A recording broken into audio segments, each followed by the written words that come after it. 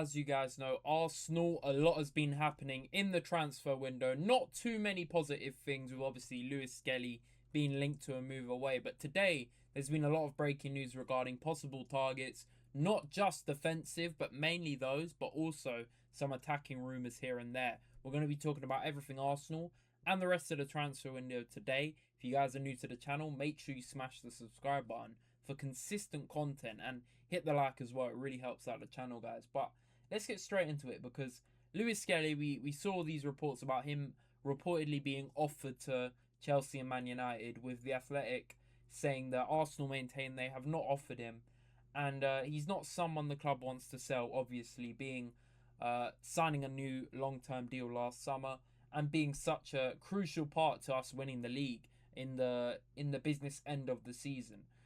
Mikel Arteta came out and said that he's a very emotional player, remembering when he did all the gestures on the pitch. I'm not going to talk about any speculation. If there is any speculation about our players, it's a good sign. It means we attract attention and they're doing a good job.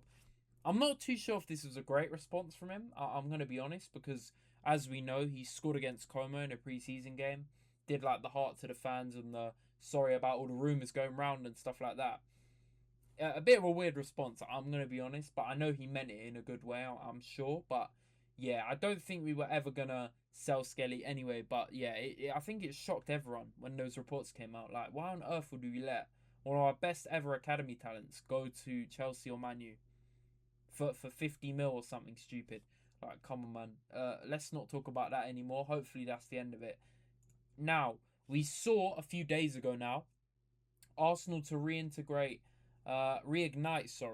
interest in Aston Villa defender Ezri Konsa, as the move for Christian Romero was obviously not really going to happen, with Tottenham never wanting to sell him to us and him going to Atletico Madrid as a defensive option. Now, today it also came out that Arsenal were interested in Jarell Quansah, the 23-year-old, who obviously left Liverpool and joined them a year and a bit ago. Or was it 2 years ago? I can't remember, but it wasn't too long ago. And I think it was for around 40 mil. So Liverpool let him go, and their buyback clause expired. So they had a buyback of 70 million euros.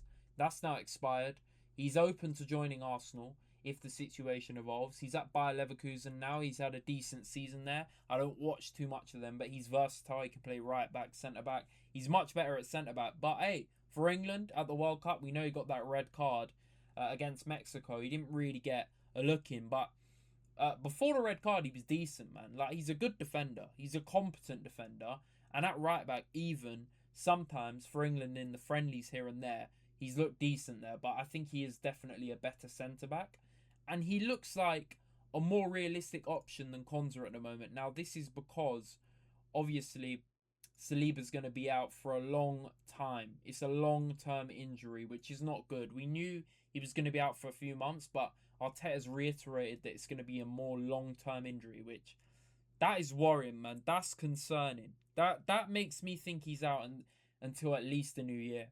Now, I'm going to be so honest, guys. A back injury, we obviously don't know what it is, but he's not having surgery, but he's rehabilitation. He's going through that now, so that's going to take months to go through, and that's a huge blow, man. Our best defender, Gabriel, Saliba, the best partnership in the world, they both need to be there. We've seen it before with Saliba getting injured in title races, and it's all gone to shit. But thankfully, we've obviously won the title.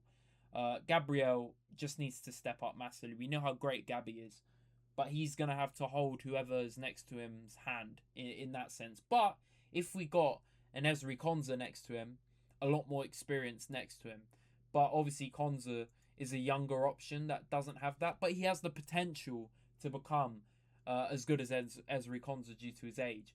Now, Fabrizio reiterated that we made contact with his camp. Initial talks, Bayer Leverkusen will try to keep the defender. He's crucial for them. And yeah, no clauses. So it'd be interesting to see what they'd be letting him go for, because I guarantee it would not be as much as what Konsa Villa want for him. Villa are putting mad prices on his head because he's a crucial player. I get it. Now, this has been obviously confirmed by hand of Arsenal.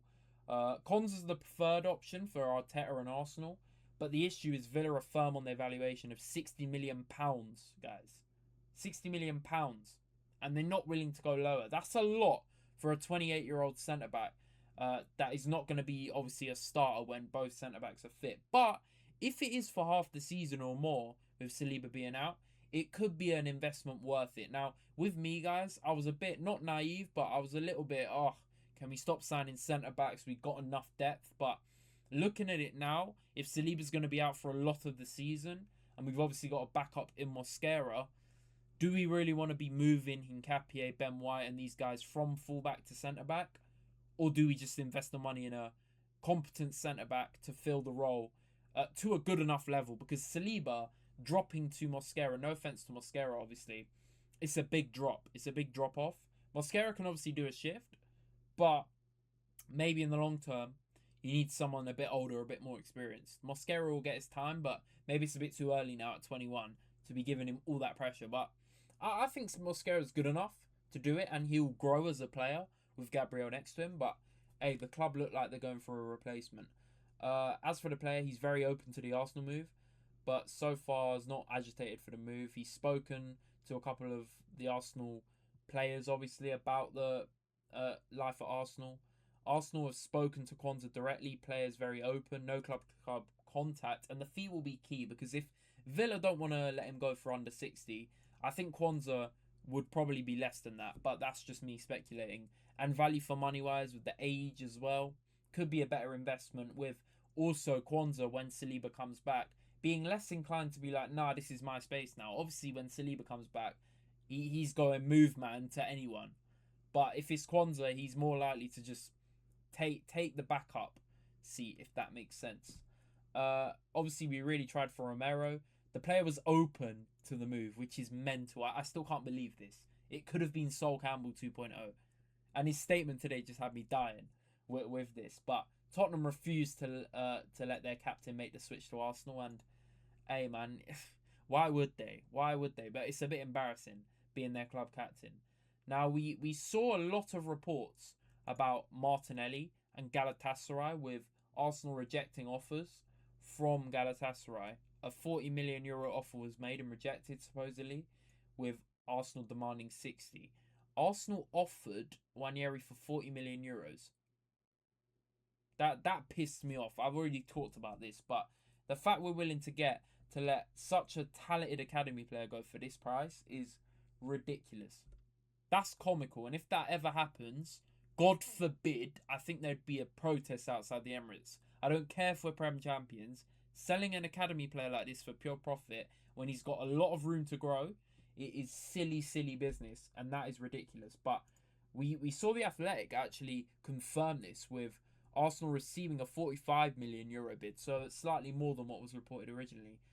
But Arsenal would be open to selling him if an attractive offer were to arrive. We know he's on the transfer list, and he's under contract till next year with a possible year extension, but that doesn't look likely.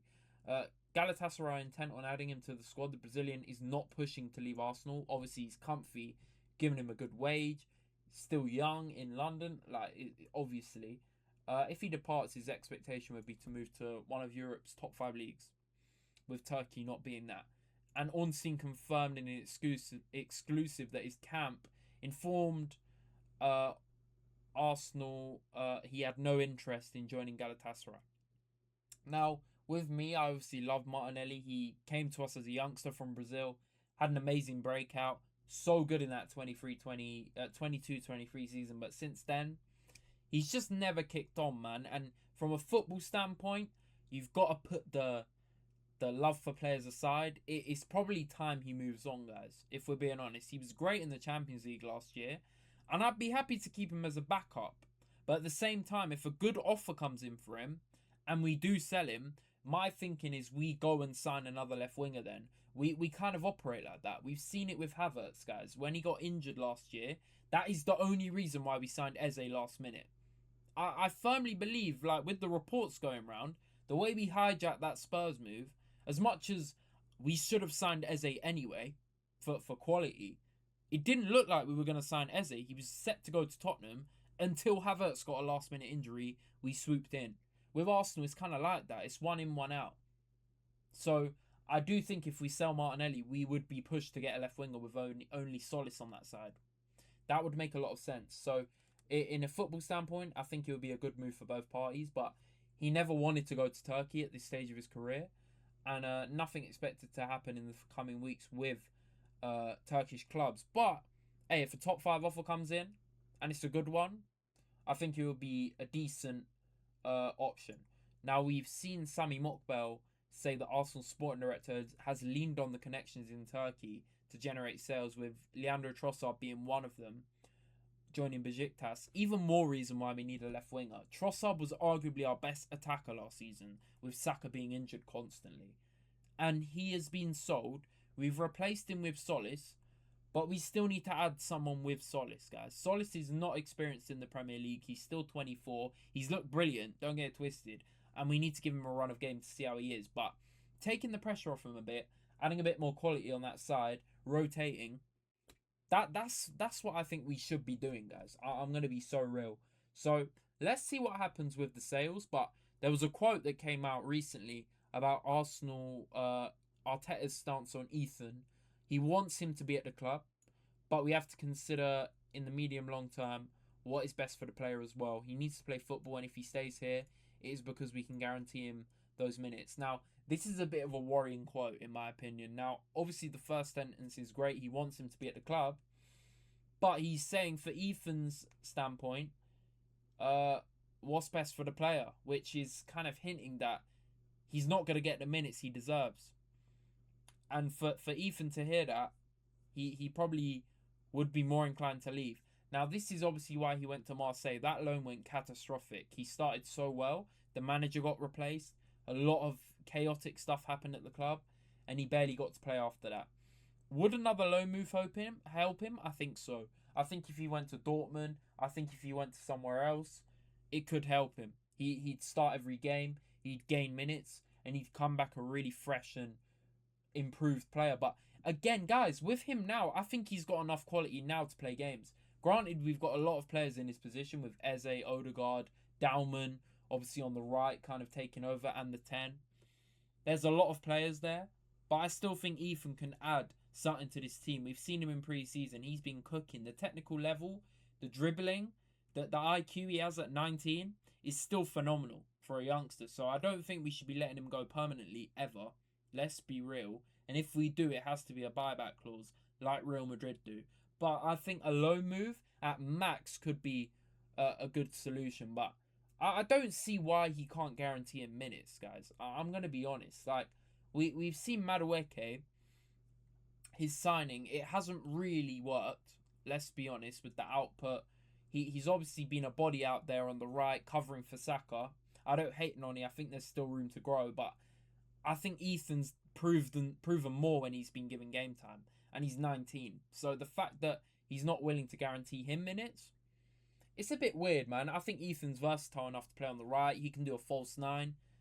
Like, he can play in the 10. I think there's a lot to work with Ethan. So I just hope we don't let him go permanently. A lot of sources at ESPN have talked about Arsenal shifting to more of a trading model with outgoings expected as they look to build on Arsenal's Prem title. I'm not opposed to this, man. Our outgoings, our sales, I've said it before, are abysmal. Our record sale is still Oxlade-Chamberlain from 2017 for £35 million. We need to improve that. And a lot of players that are still at the club need to go, like, in the most respectful way. They need to go for us to move forward. And one of them is Gabby Jesus. With Napoli still aware and talking with a potential move. Now, the thing is, it depends on Napoli's exits. More are needed after Lukaku, which is a bit annoying. I thought Lukaku 1 in, 1 out. But, hey, they need to obviously agree on personal terms as well. But the talks continue. So let's hope for Jesus' sake he makes the move. He's on a lot of money. 265k a week, roughly, at Arsenal. It's too much for a player that's not going to be relied upon anymore. And he's done what he came in to do in his first season or two. A brilliant signing. But now it's time to move on with his injury record as well. Now, a big report that came out today was that Arsenal are charging towards Victor Osimhen. Now, I don't know this source too well, but I think it is one of them, French journalists out there. So, respect to him. It's not obviously tier 1 sources saying this, but apparently a primary target and request from Arteta is to get Osimhen. This is interesting. Now, Galatasaray hasn't set an exact price, but they'd obviously want more than what they paid, 70 million euros. Osimhen's a weird one, man. He was so good at Napoli. Like, it obviously ended sourly with him falling out with the higher-ups. Him and Skelly are one of the most dangerous duos in Europe at the time. We've seen what Skelly has turned into at PSG. Arguably the best left winger in the world now. Osimhen hasn't worked the same. We know his attitude's been questioned. He's like supposedly arrogant. I don't see that as a problem for a striker. Like, he's hungry to score goals. I hate this kind of character assassination people do. But I don't know the guy personally, so what am I to say? But he's a good striker, man. He's a top striker. And respectfully, from my point of view, he shouldn't be in Turkey. We've seen his goal scoring record there. It's mental, to say the least. And he's an insane striker, but a lot of clubs have been interested in him over the years with Chelsea and stuff, but he's getting paid very well in Turkey. And maybe he's difficult to deal with. And I don't know if he'd suit Arteta. He has that kind of arrogance about him, and that, I don't know how to say it. I don't know if Arteta would want to work with him, but I think he definitely adds something up front. Now, the question is, why would we move on from Gyökeres a year on? I'm not one of these Gyökeres out people. Obviously, there's issues with Gyökeres, but he scored 14 goals for us in a title-winning season. Some important ones too. So this is nothing against Gyökeres. But with Jesus possibly leaving and Havertz still there, being a bit more versatile, could Gyökeres and Osimhen compete? It would be an expensive competition, let's be honest. And with a striker, you don't really want to change them up too much. But hey, it's interesting, man. It's an interesting report nonetheless. I don't see this happening. But Osimhen's a great striker, man. And hey, it's probably too late for this one. Let's be honest, it's too late. But a lot of reports have been saying it. And ZRAFC has reiterated this as well. So let's see what happens with that. The Telegraph also talked about it. With Martinelli and Nwaneri being discussed. We know Martinelli's not happening. God forbid Nwaneri does. But let's see what happens with that. Now, Arteta's obviously confirmed in interviews about new signings that the ambition's big and we want to evolve the club. We've detected some areas where we can improve, and we're trying to do that. This is encouraging because he knows we can still improve. There were some reports about us being done for the window. I don't buy that, obviously, with the defensive links. But let's hope if we get a defender in, we don't stop there. We need to improve our attack, guys. That is clearly the weakest point of our team. Defense and midfield's phenomenal. Attack is good, but it can defo do some improving. If you're looking at the other teams in the top 5, top 6, I don't think ours as an attacking unit, especially losing Trossard, is in the top 3. If we're being totally honest, guys. You're looking at City, you're looking at Liverpool, you're looking at United even, Chelsea. Their attacking threes are very decent. And ours, right now, we don't actually know what it is. Will we start Havertz? Will we start Gyökeres? Will we start Solis or Martinelli? We need to improve it. We do. Like Saka's levels, but then the rest of them have got to complement well. So let's see what happens. Now, he's obviously confirmed he's signing a new contract tonight, which is big news. I'm very happy with this. We know Arteta, a lot of pressure was on him last season. He's shown he can get over the line. He's built this squad from the ground up. He's done wonders for us. And obviously silverware's to come with the Premier League obviously being the latest and the FA Cup that he won in his first season. There's been a lot of questions over Arteta over the years with him being called a bottler, overthinking stuff. But he's shown he's a very capable coach and he's developed along with the team. He's aged with them. And there's a clear connection and family bond with him and the players. So the fact that he's signing his contract and he's confirmed that is good news with the board and Arteta. Sometimes this window, you can see Arteta has ambitions to add to it, but maybe the board have other ideas. But we don't know. That's speculation. This is big news, though. Big news for Arteta and for the club. Moving forward, you love to see it. Now, talking about other transfer news, we know Chelsea set a 5 p.m. deadline today for Enzo Fernández's possible exit. Man City have been interested, but Chelsea only want £120 million. That is it. That was kind of their release clause to City, saying, if you put the money down, we'll give him. Which is crazy, because he's club captain, I'm pretty sure. Or Reece James is, but he's captain quite a lot. That is mental. To say 120 mil, he's yours after they bought him for 105. Hey man, maybe this isn't over because we know they've been in regular contact. Enzo Maresca's obviously the manager who's worked closely with him at Chelsea. This doesn't mean he will not be sold. 120 mil is no longer available, but hey, they're happy to continue and keep him. But Man City have maintained contact. Could they still get him? It would be silly now to pay over that. But let's see, man. If Enzo pushes the move, we'll see. We saw this crazy Saudi deal for Tijani Reinders. This is sad, man. I'm going to be honest. Like, obviously, he's getting bread. Fair play to him. But what a fall off, man. I thought he was going to be a top signing, especially after his first game against Wolves. He was balling out at AC Milan. I used to really like watching him. And for the Netherlands as well. But yeah, the move to City, it just never worked. Especially second half of the season, it fell off a cliff for him. And now he's in Saudi. So yeah, enjoy the bread. Now, Barca are returning with a third proposal for Rodri after 50-60 packages were rejected. The clubs are going to talk, and halfway between 60 and 80 could be the breakthrough. But hey man, will he end up staying at City? That's interesting. Enzo Maresca's said that he's met with him and he looks good. Let's see what happens. He obviously wants to move. We know this. He only wants Barca after Madrid fumbled the bag. And I think he'll still leave. He's pushing for the move. So hopefully he goes. Because if he goes, Arsenal title? Hey man, City losing Rodri is catastrophic. We've seen Barca obviously also look at alternatives for Alvarez, with Krupi being one of the possibilities. But him obviously getting injured. Apparently Sporting striker Luis Suarez is among the options. This is mental, man. I'm going to be honest. Going from Alvarez to Suarez, no offence to him. He's doing bits in Portugal, but we know about the Portuguese league tax, man. Like, come on. I saw him in the World Cup for Colombia. Some of the misses. That Luis Diaz clip has me dying, but he's a good striker, but he is not Alvarez. Let's put it that way. Maybe he delivers in La Liga. I think he's obviously played in La Liga before, but they signed him from the second division of Spain, guys. He obviously fell off a bit in the last few years. Went back to the second division. And that's how he's got to Sporting. So the fact Barcelona would sign him, it's a bit of a mad jump. And I don't know if it would work for him. I don't know. But they've made clear that the 80 mil release clause is for every club. And they're not willing to sell him. So 80 million euros is a lot for a player that's not really proven himself in the top division. Let's see what happens. But this has come after Ferran Torres has finally been here we go to PSG for 50 million euros. He's going to be a backup dancer, but he's going to play a lot in the league with them having two teams, basically. Good move for him, I guess. But fair play. I don't know how he's done it, man. World Cup goal obviously saved him a bit, but my oh my, some of the misses for Barca this season, they're happy to let him go for that fee. Now, we know they've obviously also, here we go, Mikel Arteta. This has been going on for a while, but what a signing, man.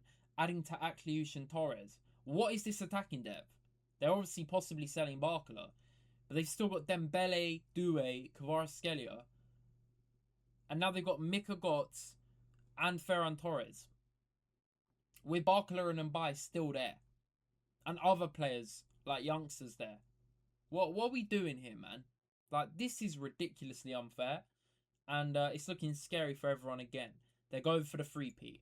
Now, we've seen PSG's chairman come out on Barcola and basically not even denying that he's going to stay, that he's going to leave, basically. So, that's interesting. With Liverpool looking to bring in two wingers, with them linked to Mbaye as well. But Barcola's negotiations are ongoing with me talking about this. The fee's mad, but he's given the green light, personal terms. They've just got to find a breakthrough in fee. And Rio's going to stay regardless. And Gakpo, the talks are continuing there with him possibly agreeing the move there. I've seen reports of that. But let me know what you guys think of all the Arsenal stuff down below. With obviously Quansah links and Konsa. Who would you rather us buy? Would you sell Ethan and Martinelli? And what are we doing in the window? Who are we going to buy and attack? Are we going to get an attacker? Let me know what you guys think. Make sure you hit the like, subscribe if you're new. It's been JZ Knows Ball, and I'm out. Peace out, guys. Take care.